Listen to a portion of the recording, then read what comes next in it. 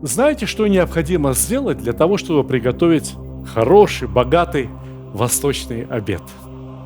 Первым делом необходимо приготовить рис.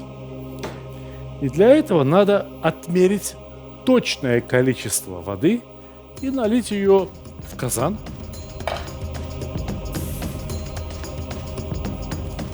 Хорошо готовить рис я научился в начале 90-х.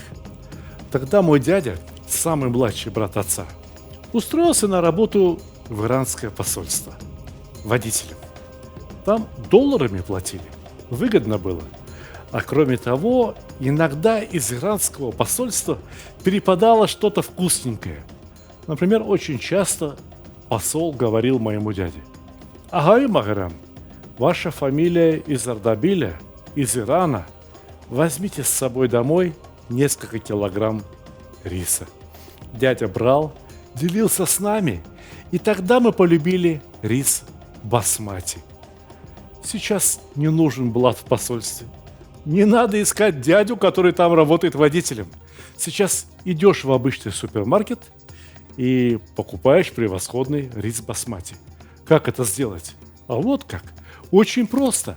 Находите в супермаркете полку с продукцией «Националь», выбираете рис басмати непременно премиум и будьте уверены, это самый лучший рис для того способа приготовления, который я сегодня хочу вам показать.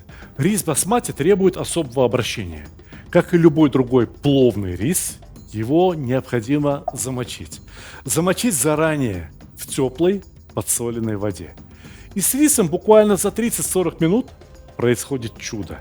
Он разбухает, он становится очень красивым и начинает издавать необыкновенный аромат. Будьте уверены, вы непременно полюбите этот аромат, как только научитесь готовить рис басмати. Здесь было ровно полкило сухого риса. Запоминайте, сливаем всю воду.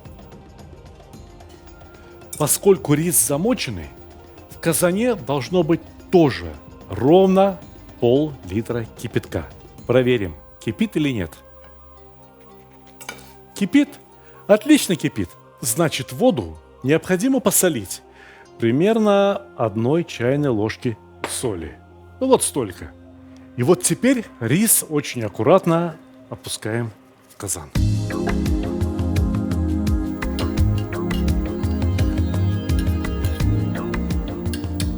Рис закипел, стремительно стал разбухать, и вот и все.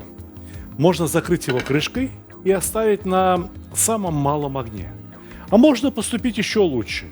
Можно перенести этот казан в духовку, разогретую до 125 градусов, и освободить плиту для приготовления нашего основного блюда. А главное блюдо, которое я хочу приготовить сегодня, я полюбил примерно в те же самые годы. В начале 90-х, когда я начал ездить в Эмираты, чтобы купить товар там, продать в Узбекистане и заработать немного денег. Деньги то зарабатывал, то терял, но приобрел главное. Приобрел любовь к индийской кухне. Я вам сейчас расскажу, как это произошло. Подождите, мне надо вам еще кое-что другое показать. Когда-то Индия голодала, но потом в Индии построили множество птицефабрик. И Индия наелась наконец-то вдоволь, впервые за многие годы. Компания «Аннур» представляет цыплят и кур, которые, пожалуй, что даже лучше, чем индийские. Потому что это настоящий халяль. Потому что это исключительно ручной забой. Потому что это экологически чистые корма. И потому что это здоровое питание. И в конце концов, «Аннур» изготавливает курятину, которая подходит для питания всеми людьми, а не только мусульманами. Потому что «Аннур» – это прежде всего отличное качество. Посмотрите, какие грудки. Просто прелесть. Одна другой краше. Наверное, поэтому в Индии так любят курятину. Я заговорил об Индии, потому что хочу рассказать историю своей любви. Большой любви. Огромной. Вот на полжизни. Уже 25 лет я люблю... Нет, не индианку. Я люблю индийскую кухню. Рассказать, как это получилось? Это получилось вот там, в Эмиратах. Рейс из Ташкента туда случался, наверное, раз в неделю. А поскольку я уже был человеком достаточно опытным, я научился обделывать свои дела достаточно быстро.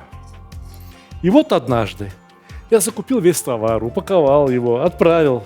Все хорошо, только взяла меня грусть-тоска, ностальгия по родному дому. Я вышел на улицу, совершенно не представляя себе, куда пойти. Я взмахнул рукой, остановилось такси. Я говорю: отвези-ка меня туда, где готовят какую-то очень вкусную еду. Таксист говорит: 10 дирхам, сэр. Я говорю: как это 10? Я знаю цену.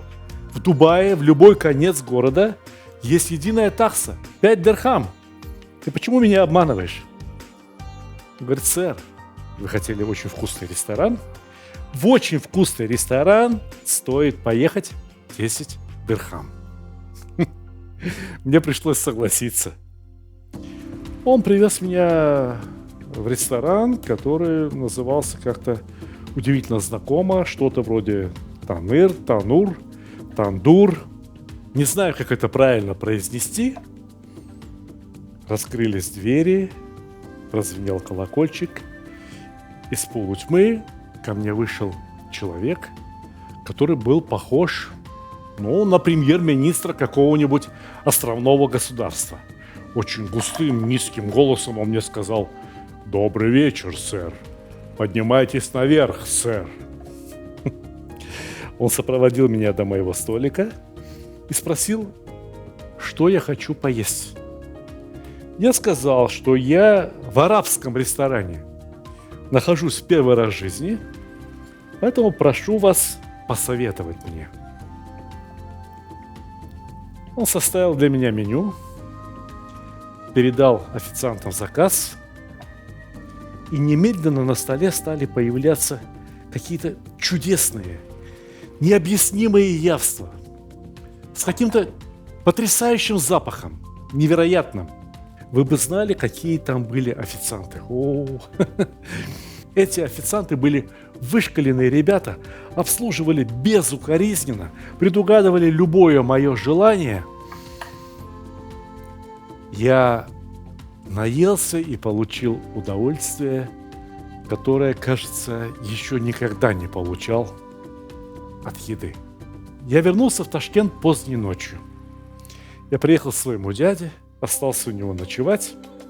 Утром дядя уехал на работу, я еще спал. А проснувшись и не захотев будить тетку, я решил сам себе заварить чай. В поисках заварки я открывал один шкафчик, другой шкафчик, и вдруг я почувствовал тот самый запах.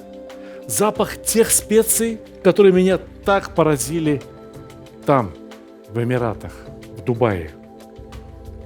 Я нашел источник этого запаха. В маленьком пакете было нечто желтенькое, похожее по цвету, может быть, на табак. Я разбудил тетку. Я спросил ее: что это?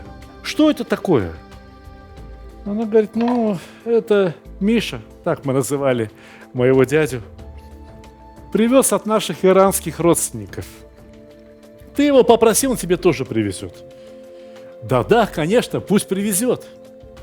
Но в Дубае я оказался прежде, чем мой дядя поехал к нашим иранским родственникам. В Дубае у меня был приятель, иранец, Хасан. Раз дядя привозил эту приправу из Ирана, то я подумал, что эта приправа иранская. Я сказал Хасану: Хасан, мне надо купить иранские специи. И он проводил меня в соседний магазин, где торговали специями. Отрекомендовал меня как очень хорошего покупателя, а я показал продавцам мой заветный пакетик. Тот понюхал и говорит: индийское что-то? Я говорю: нет, не индийское, это либо иранское, либо арабское. Он понюхал еще раз, говорит, да нет, это индийское. И высыпал мои специи в мусорное ведро. При этом протянул руку куда-то наверх, достал с полки небольшую зеленую коробочку. На ней было написано «Indian Madras Medium Curry». Я вскрыл коробочку. Выглядела приправа не так. Выглядела приправа на самом деле несколько богаче, чем то, что мой дядя привозил из Ирана. Пахло, впрочем, примерно так же. Так что же это выходит? Это был не арабский ресторан, не иранский. Я поехал туда еще раз. Управляющий рестораном узнал меня. Он сказал мне: «Сэр, в прошлый раз вы ели то-то, то-то и то-то. А сегодня я вам рекомендую вот это и вот это». Мне было чрезвычайно приятно. И я спросил его: «Простите, а это арабский ресторан или иранский?» Он сказал: «Нет, сэр, это индийский ресторан».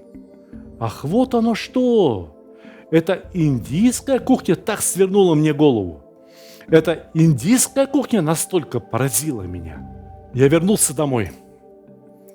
Спрашиваю у супруги: «Что ты готовишь?» Она говорит: «Борщ готовлю». Я говорю: «Слушай, давай добавим вот этой приправы. Мне она очень нравится». Борщ был уже почти что готов. Мы густо обсыпали наш борщ приправой. И невкусно.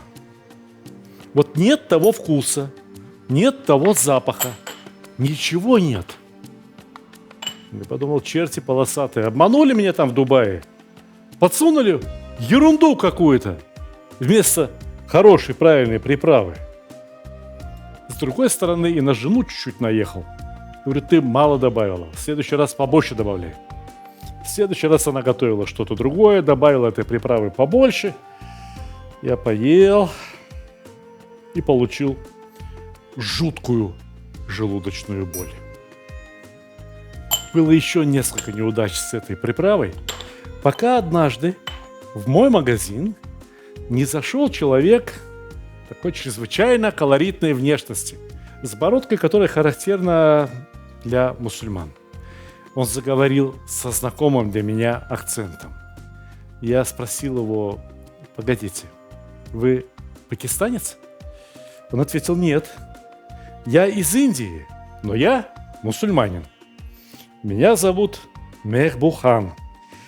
Английские инженеры приехали в Фергану для того, чтобы перестраивать нефтеперерабатывающий завод, а меня пригласили в качестве повара. Стоп, так вы повар? Индус? А у меня дома есть индийская приправа, только у меня не получается с ней готовить. Он говорит: по субботам у меня бывает выходной, я буду рад прийти в ваш дом и приготовить для вас индийские блюда. Мы договорились поехать ко мне домой в час дня. Мехбухан пришел по-индийски в 5 часов вечера. Тем не менее, он принес с собой целую сумку еще каких-то приправ, многочисленные банки, пакетики, столько всего. У меня голова закружилась. Я сказал: слушай, ну это же очень дорого стоит. Ничего, ничего, сэр. Мы приехали к нам домой, и Мехбу начал готовить.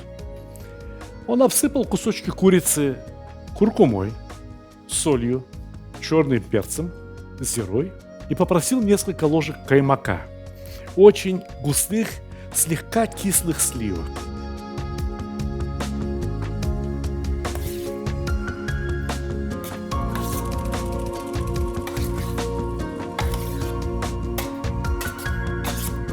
Все перемешал.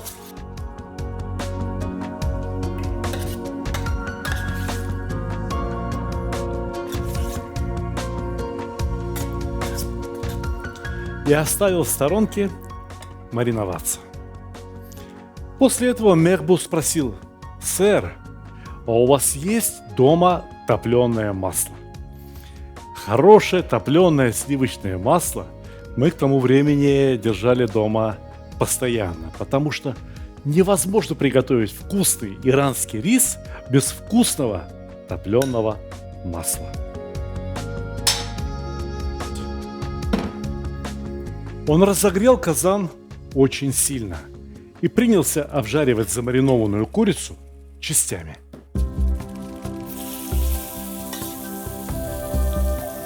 В доме запахло жареной курицей. Вкусно запахло. Но это был совсем не тот запах, на который я надеялся, который я так ждал, которого я вожделел от индийской кухни. Мехбу готовил очень быстро. Он говорил, другой индийский человек очень медленно готовит. Я Мехбухан, я готовлю очень быстро. И на самом деле, работа спорилась в его руках. Я увидел, что да, это настоящий повар, и у него есть чему поучиться. Пока в казане продолжало жариться, Мехбу начал доставать свои сокровища, те специи, что он привез из Индии. Во-первых, смесь приправ под названием карри. Сегодня для того, чтобы купить настоящий карри, не надо ехать в Индию. Даже в Эмираты ехать не надо. Не надо иметь знакомого повара-индуса. Достаточно пойти в любой супермаркет, найти полочку с товарами Индана и купить карри из серии «Приправы мира». Карри берите щедро, берите примерно 2 столовые ложки. Потом он взял немного зиры, немного своей, индийской зиры. Вот все-таки в Индии под солнцем вырастают уникальные приправы. Попробуйте как-нибудь пряность кумин, то, что в Узбекистане называют зира. Мехбу взял не очень много зиры, примерно 1 чайную ложку, и добавил ее к карри. Меня это удивило, ведь я прочитал состав приправы карри, и зира туда вроде как уже входила. Мехбу взял имбирь, сухой тертый имбирь, и добавил еще 1 чайную ложку имбиря. Сказал, сэр, больше не надо. Если вы добавите слишком много имбиря, это хорошо, вот зимой, когда вы простынете. А летом не надо. Для того, чтобы убедиться, что сухой тертый имбирь – это не упрощение и не ухудшение настоящего свежего имбиря, что это просто другая специя, как-нибудь, пожалуйста, купите специи Индана, пряность, имбирь молотый. Мехбу добавлял что-то еще, я уже всего не вспомню, но, пожалуй, что я добавлю в наши специи еще немного куркумы, примерно чайную ложечку. И чуть-чуть черного перца. Это тоже Индана. Я пересыпаю из пакетика, мне так удобнее. Тем временем курица была обжарена, и Мехбу спросил у меня, у тебя есть лук? Я сказал, сколько лука тебе надо? Он говорит, давай мне 5 головка лук. Он стремительно почистил и порезал лук мелкими кубиками. Он мне сказал, у тебя есть перец? Горький перец есть у тебя? Я сказал, есть. Давай мне 5 штук. Я говорю, 5? Тут уже взмолилась жена. Встали, у нас же дети. Я сказал, Мехбу, а нельзя взять хотя бы 2? 2? Ну ладно, давай 2. Другой индийский человек всегда очень горько делает, но Мехбухан никогда не делает очень горько. Он надрезал носики у перца и опрокинул в уже вымытый и чистый казан целую пиалу топленого масла. Мехбу опустил перцы в казан, раздался такой запах, от которого мы немедленно начали кашлять. Хорошо, что окна были открыты. А Мехбу не унимался, он говорил, у тебя есть чеснок? Что? Чеснок есть у тебя? 2 головка давай. Он почистил и изрубил ножом 2 головки чеснока. Этот чеснок он отправил к специям. Потом Мехбу спросил, у тебя есть имбирь? Джинджер есть у тебя? Я говорю, сколько тебе надо? Он говорит, вот такой кусок. Вот такой? Да, вот такой. Мехбу очистил его и натер на терке. Получилось примерно вот столько свежего натертого имбиря. Свежий тертый имбирь он тоже отправил в касу со специями. Он добавил специям 2 столовые ложки воды и перемешал, превратив все в однородную кашицу. Перец к тому времени уже обжарился, и он убрал его из казана.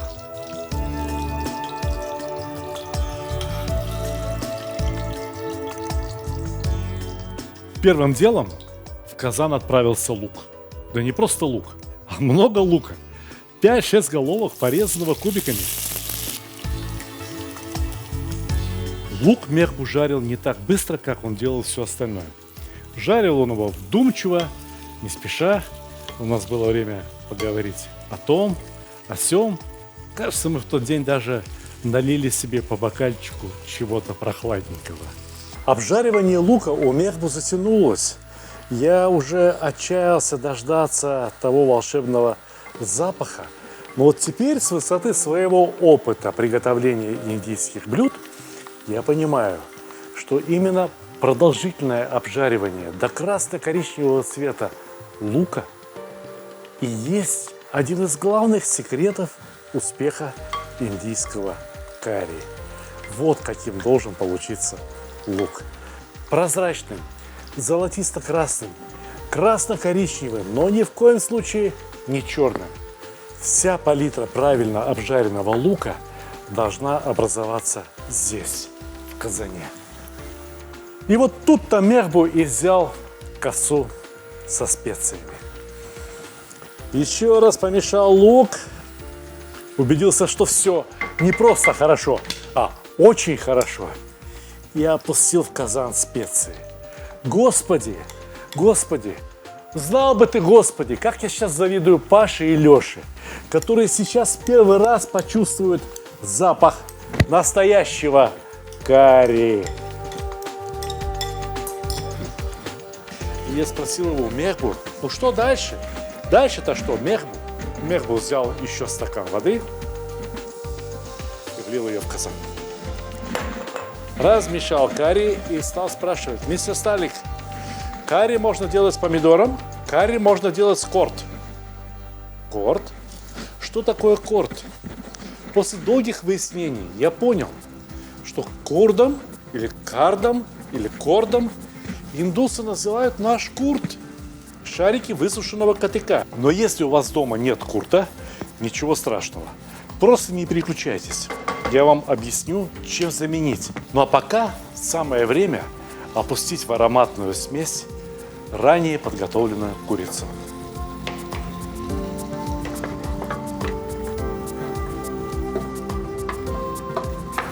Итак, раскрываю свой секрет. Чем же заменить курт? Везде продают сейчас греческий йогурт, везде продают мацони. Смешиваете это со сметаной и закладываете в карри. Если готовить с помидорами, то нужно взять томатное пюре. Но я вам скажу, кислота помидор усиливает остроту. А вот если готовить с йогуртом, со сметаной, да еще и в момент обжаривания лука, можно было бы добавить ложку сахара, и карри, самый острый карри с неимоверным количеством специй, получается довольно мягким на вкус и весьма комфортным. Если вы считаете, что карри не смогут съесть ваши дети, вы ошибаетесь. Вы приготовьте карри по моему рецепту, приготовьте его так же аккуратно, как я, и вы удивитесь. Ко мне как-то раз зашел сосед. Зашел сосед с 3-4-летним сынишкой. Мальчик русский, а если точнее, даже русско-белорусский. Я уверен, что он никогда в жизни не ел настолько острую еду. А у меня карри. Я поставил на стол карри, и ребенок потянулся к нему и начал есть. И я видел, как ему было тяжело это есть. Он говорил: ух, аф, но продолжал кушать карри. Он не мог остановиться. Бедный мальчик. Но это было так вкусно, что ни отец, ни я не стали останавливать ребенка. Уж не знаю, как он себя чувствовал на другой день, но в тот день маленькому Ванечке было явно хорошо. Таджин с карри я отнесу в ту же самую духовку, где у меня стоит рис. Постоит минут 20-25, и карри будет готов. Из Дубая я вернулся с еще одним кулинарным впечатлением. Повсюду в Дубае среди лавок были такие окошки, возле которых все время толпились индусы, пакистанцы, всевозможные азиатский люд. И все пили различные напитки. Я подошел, встал в очередь, послушал, половина из них говорили мне сулеймани чай, а половина из них говорили мне масала чай. Я попробовал сулеймани чай. Это был превосходный сладковатый чай, кажется, с мятой. А вот масала – это был напиток цвета кофе с молоком. Да, он и готовился, собственно говоря, с молоком. И он нисколько не напоминал мне чай. Видя, насколько Мехбу охотно делится знаниями, насколько щедрый и добрый этот человек, я спросил у Мехбу: «Мехбу, а ты случайно масала чай готовить не умеешь?» И Мехбу сказал: «Да, конечно, мистер Сталик, мы сейчас приготовим с вами масала чай. У вас есть молоко?» «Конечно, у меня дома есть молоко». «У вас есть гвоздика?» «Конечно, у меня была превосходная гвоздика». Он взял, бутончика 4, может 5, может 6. Никто же за ним не считал. Он попросил черный перец с горошком. Я ему дал черный перец с горошком. Он взял примерно пол-столовой ложки черного перца горошком и опустил его в молоко. Он попросил у меня корицу и бадьян. Я дал ему корицу. Корицу он взял полпалочки и опустил ее в молоко. Бадьяна он взял только одну звездочку. Потом он достал из своих упаковок кардамон, специю, которую я до того момента еще не встречал. И опустил, не знаю, шишечек 6 или 7, а может быть 8. Он достал сухой тертый имбирь и насыпал примерно пол-столовой ложки имбиря. Все это он густо засыпал сахаром. Ложки 2 или 3 на литр молока. А вот следующий вопрос Мехбу обескуражил меня. Он спросил: «Мистер Сталик, у вас есть дома хороший индийский чай?» Эх, Мехбу, ты бы знал, какой хороший индийский чай продавался в советские годы. А в 90-е годы вот эти пачки заварки со слоником канули в лету. Их не было. Продавали, не знаю, где-то как будто бы цех подмели. Вот такой чай нам продавали.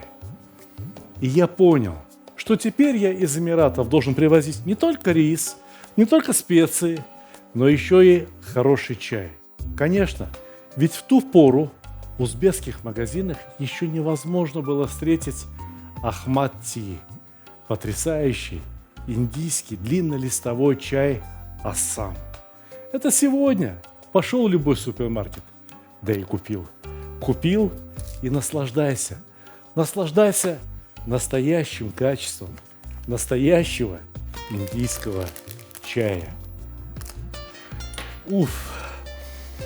Каждый раз, когда я вскрываю новую пачку Ассам, меня окатывает вот этот аромат чего-то настоящего, чего-то стоящего.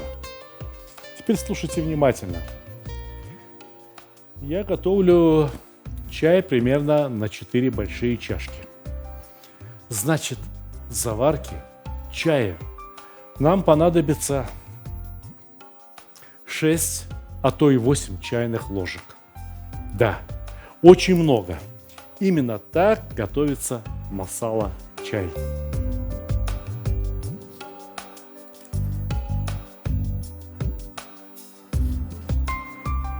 Одним словом, чай масала заваривается довольно долго. Постоянно необходимо перемешивать, чтобы на молоке не образовывалась пенка. Постоянно необходимо перемешивать, чтобы молоко не перекипело. И при этом необходимо добиться, чтобы все ароматные вещества максимально экстрагировались из специй и заварки. Куда? Прямо в молоко. Прямо в молоко, которое превратилось в один из самых замечательных напитков, которые я только знаю. Масала чай. Ну что, попробуем?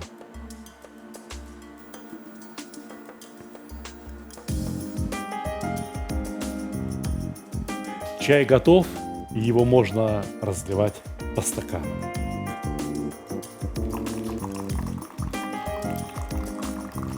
Пожалуй, что для одного человека хватит. Масала чай не пьют помногу. 50 грамм, 100 грамм. Правда, очень вкусно звучат эти цифры.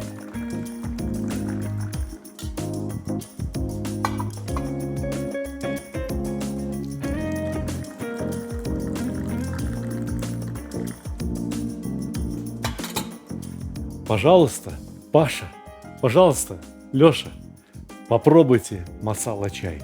И вы тоже обязательно заварите и попробуйте масала чай Асан Ти.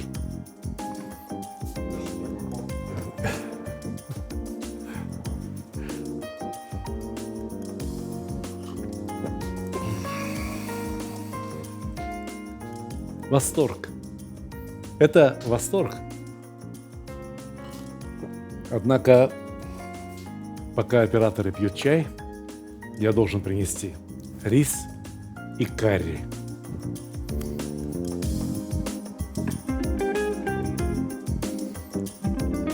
Ну что, открываем?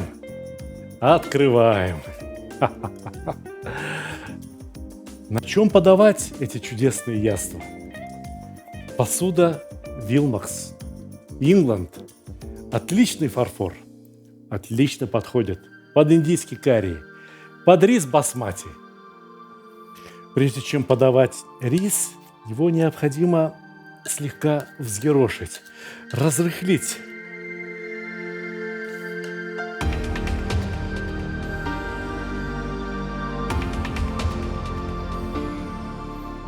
Поверх риса щедрый кубик сливочного масла. Пусть тает и сдабривает рис. Уберем перчики. И украсим карри рубленой кинзой. Если говорить честно, то обычно вот такие карри в Индии, в Дубае и повсюду, где живут индусы, подают обычно с хлебом, с чапати. Но мне, Сталиху Хантишиеву, азербайджанцу по национальности, безумно нравится подавать карри именно с рисом. Так они мне напоминают азербайджанский плов. А сейчас я хотел бы сказать самое важное. Через знакомство с индийской кухней, через знакомство с Мехбуханом я узнал индийскую культуру. Я полюбил индийскую классическую музыку. Я стал с большим уважением относиться к индусам. А все всего лишь навсего вкусная еда. Вкусная еда, которая объединяет нас. Вкусная еда, которая делает нас друзьями. Об этом я 15 лет издаю книги. Вот это моя первая книга «Казан-Мангал», вышедшая в свет в 2006 году. Но она до сих пор продается. Потому что в ней описаны вот такие истории, как я вам рассказал сегодня. Истории из моей жизни, связанные с едой. С едой, которой я хотел бы поделиться с каждым из вас. Ну, если не самой едой, то, по крайней мере, рецептами. Рецептами узбекского плова, азербайджанского плова, рецептами азербайджанской долмы, рецептами индийского карри, рецептами замечательных китайских блюд.